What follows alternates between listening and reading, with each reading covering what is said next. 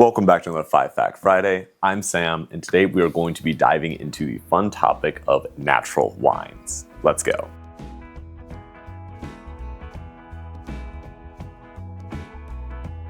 I know it's been a minute since we last chatted. I'm sorry, but we'll get into that a different day. Like I said, today we are talking about natural or natty wines and what you need to know about them if you want to get into them. First up, natural wines are not going to be a specific grape or anything like that. This is just a style of winemaking. Just like you can have dessert styles of wine, you can have, well, dessert styles is a little weird, so let's not use that.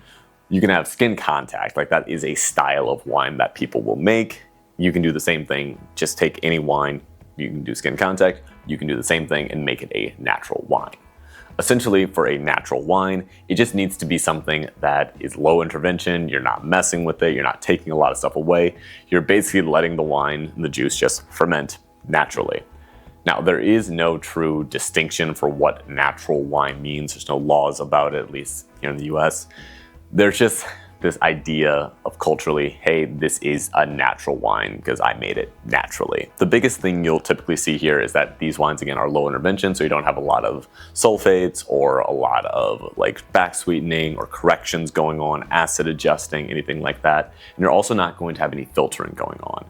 With this low intervention, not messing with it, not taking things away from it, you do end up with some wines that have some peculiar taste at times, and some that are literally just straight up faulted, that are not good. They have legitimate faults. There's a certain bacteria that's present that's just not good.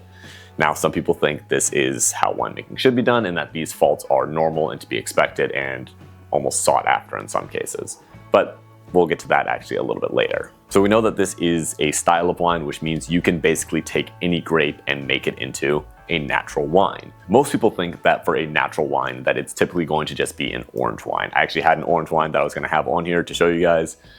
Filmed that video, audio turned out awful, so we are here refilming it. Good times. But that's what people typically think about when it comes to natural wine. It's this orange wine, this really funky style wine. That's not always the case. You can take a red wine and make it in the natural way. You could also do the same thing with a white wine technically, just have that less skin contact to it. It's still probably gonna turn out like an orange wine, but the point is you can take any grape and make it in the natural wine style. I've personally had some really good red wines that are natural wines. Those one, I believe, is a Cabernet Sauvignon, as a natural wine, was fantastic. Yes, it did have a little bit more of like these brighter flavors to it and maybe a little bit more acid than what you would expect out of a Cabernet Sauvignon, but it was still really good. And that just shows, again, you can use any grape and make it in the natural wine method. Just a method, not a specific style and usage of that grape. This next one kind of trips some people up. When it comes to natural wine, natural does not mean organic. To be organic, there are tons of laws just set up by the government that you have to go through and you have to abide by to qualify yourself as organic. Now, for a lot of, especially smaller wineries, to go through and get yourself labeled as organic is a lot of work, and it is not necessarily worth it.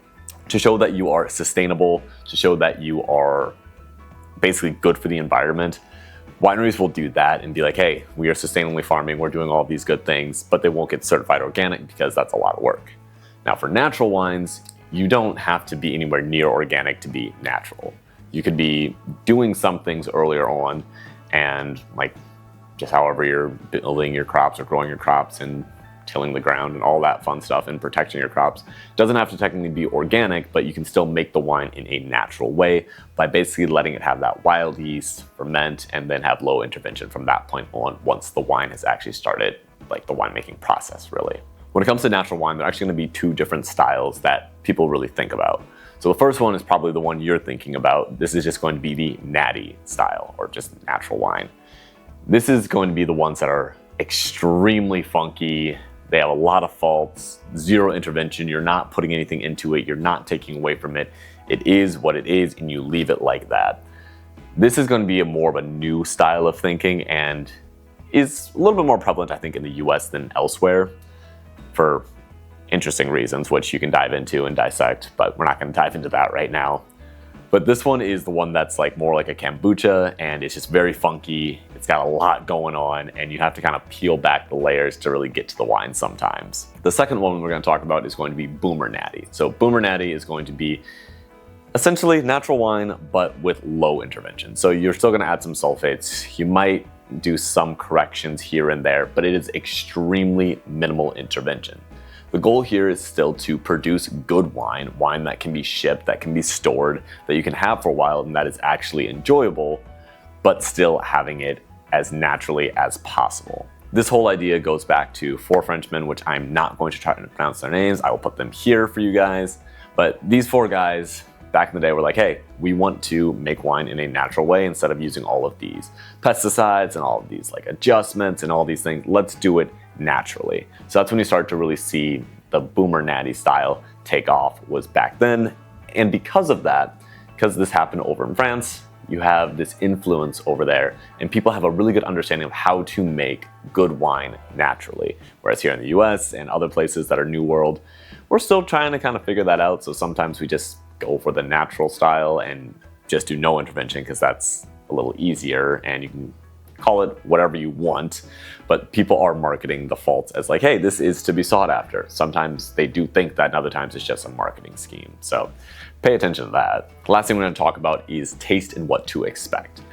So again, this is where it gets a little weird, because this would be the same thing as me coming up to you and say, oh, with an orange wine, you're going to expect this. With a medium-bodied red wine, you're going to always expect this, which I technically have done, but I've given an array of flavors and things to kind of expect. When it comes to natural wine, one, you're going to get a lot more of that funk. That is almost inevitable. That's what you're going to find for the most part. And you're also going to find just some more interesting, nuanced flavors that you're not necessarily going to find in just a standard wine. Again, you can take any grape and make a natural wine out of it. If I want a Cabernet Sauvignon, I want a Merlot, I want a Chardonnay, I want a Pinot Grigio, whatever it is, you can make it in a natural wine method. It might not turn out great, but you're able to do it. So it makes it very hard to pin down specific flavors. The biggest thing, if you're going to run into a natty natural wine, it's most likely going to have that funk like a kombucha. And then if you find a boomer natty, think that, but dial it back a little bit more. It's going to be a little bit more interesting and maybe not as off-putting as the natty natural wine might be. Natural wines can be a ton of fun to dive into. I personally really enjoy them, especially when it's really warm and you can serve them nice and chilled. I think that's an excellent use for those. But I highly recommend giving them a shot, seeing what you think, and going from there. Cheers, guys, and I'll see you on Monday.